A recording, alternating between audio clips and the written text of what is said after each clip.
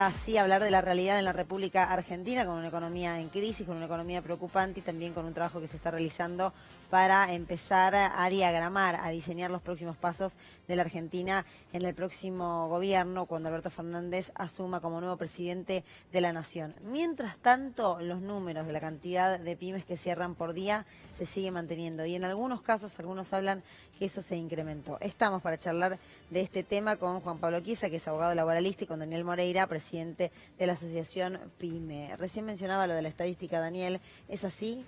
¿O hoy qué situación se está viviendo? En algunos casos con esperanzas, ¿cómo es? La situación cada vez es peor, esos números no sé de cuándo serán, pero seguramente son muchos más. Y aparte de eso, parecería que el gobierno se sigue empeñando en que vayamos cerrando cada vez más, ¿no? Porque el 28 de octubre la gobernadora firmó un decreto en una reglamentación para aumentar toda la parte energética un 25% en la provincia de Buenos Aires, con un 40% de aumento sobre los gastos fijos, con lo cual a esta situación parece que en vez de apagar los incendios, lo que hacen, que lo hicieron durante 4 años, fue echarle nafta para que esto cada vez esté peor, ¿no? A ver, Juan, el mercado laboral tuvo un repunte muy importante hasta el año 2011, según diferentes estudios. ¿Cómo volvemos a crear empleos en la Argentina? Me imagino de la mano de la inversión privada, de la mano de la inversión pública. Sí, de la mano de la actualización de las leyes. O sea, tenemos unas leyes bastante arcaicas y las paritarias que se están formando en cuanto a los trabajadores. El año pasado hubo paritarias que bailaron al compás de las cláusulas de revisión. Estuvieron un 15% por debajo del poder de compra de la gente y eso provocó la caída del consumo. Las empresas, hubo un ensañamiento contra las pymes. No dieron cuenta que el 80% del empleo genuino lo generan las pymes. Es el 90% del motor de la economía nacional. Y hubo un ensañamiento con las pymes en cuanto a la producción y en cuanto a la inversión. Bien, ahora, las paritarias con respecto a este año quizá no tenga la vedette que fue la cláusula de revisión, que fue una caída absoluta del poder de compra, sino que van a tener otro problema este año. Van a ser los bonos y las remuneraciones, las gratificaciones no remunerativas y los bonos que se pactaron este año van a ser absorbidas por la paritaria de este año. Quiere decir que este año una paritaria con más del 35% no va a ser fijada. Quiere decir que seguimos por debajo de un 15% de los índices inflacionarios, donde los sueldos siguen siendo bajos. Al haber bajos sueldos no hay consumo. Si no hay consumo, las empresas no venden. Es todo un círculo, un bucle, que no lo saben desmembrar. Ahora, como yo siempre te digo... Pero discúlpame, ¿tenemos que depender del consumo para que se reactive la economía argentina? Del consumo y de la inversión privada. Pero a ver, las pymes se financian con la AFIP. ¿Por qué? Porque en el mercado laboral y tributario el interés más bajo para financiarse es el AFIP. ¿Cómo se financia con la AFIP? Con los pagos. Por ejemplo, yo no pago y a 30 de 60 días me genero un interés bajo que el interés que sacar un crédito para pagar las deudas. Deudas corrientes, porque las pymes no pueden pagar las cargas sociales del mes en curso y se financian con la AFIP o sacan un préstamo para... Vos fíjate, no sacan un préstamo para invertir en maquinaria o en mano de obra. Pagan los gastos corrientes, ¿me explico? Sí. Y el AFIP es el organismo que tiene la tasa más baja para poder financiarse. Eso es una locura, acá no pasó nunca eso. Daniel, uno de los puntos, mientras vos sentías con la cabeza... Yo quería agregarle una cosa. Decilo. Nos financiamos con una AFIP justamente porque la gran mayoría de las pymes tampoco puede sacar un crédito que ya, como bien dijo él, es una locura sacar un crédito para gastos corrientes, porque si yo este mes no puedo pagar gastos corrientes, el mes que viene tengo 2 problemas. No pago igual porque no me alcanza y encima tengo la deuda del crédito. Pero las que se financian con la AFIP, aparte de eso, es porque no pueden financiarse de otra manera. Estamos fuera del circuito. Se habla de 5 puntos estratégicos en el diagrama, en la idea que está trabajando ahora Alberto Fernández y todo su equipo. Uno de ellos es la de créditos y otro de ellos es el freno a los despidos. ¿A vos te genera una relación directa con tu actividad? A ver, si nosotros tenemos un mercado interno en el cual estemos desarrollados y que tengamos consumo, que ese consumo esté diseñado y diagramado para que la provisión de todo lo que es ese consumo sea del mercado interno y de la industria nacional, ahí vamos a tener una reactivación. O sea, a mí realmente el tema de los bonos o el tema de la paritaria no me preocupa en tanto y en cuanto yo tenga un mercado interno dinámico que pueda trabajar. O sea, es así. Ahora, en otro capítulo, yo hablaba este fin de semana con Carlos Acuña, uno de los secretarios generales de la CGT, y él decía que como precondición para el acuerdo económico y social debería haber, además de la fijación, por ejemplo, le decía desde la CGT, de una escalada salarial un poquito más para los sectores que quedaron más rezagados, hablaba de un congelamiento de precios en la canasta básica como para justamente apuntalar el poder de compra. ¿Se pueden hacer las dos cosas al mismo tiempo?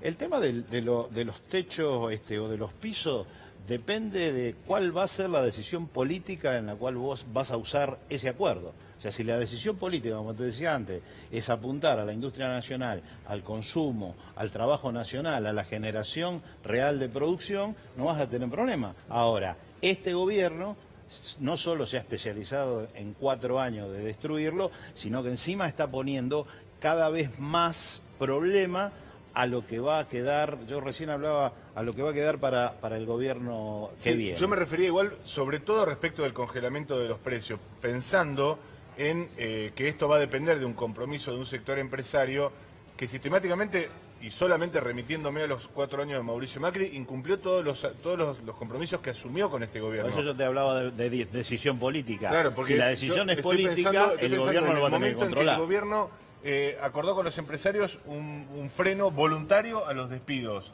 no ya el del proyecto de ley, la ley sancionada porque fue vetada por Mauricio Macri, pero un freno a los despidos. Después, contener determinados precios de productos básicos y también de los combustibles. Es decir, todos los compromisos que asumieron los sectores empresarios fueron incumplidos en esta etapa. No tiene operatividad, no tiene practicidad. Tiene que haber un programa apuntado a las personas, una pirámide social, donde la desigualdad se achique un poco, porque la brecha es muy grande.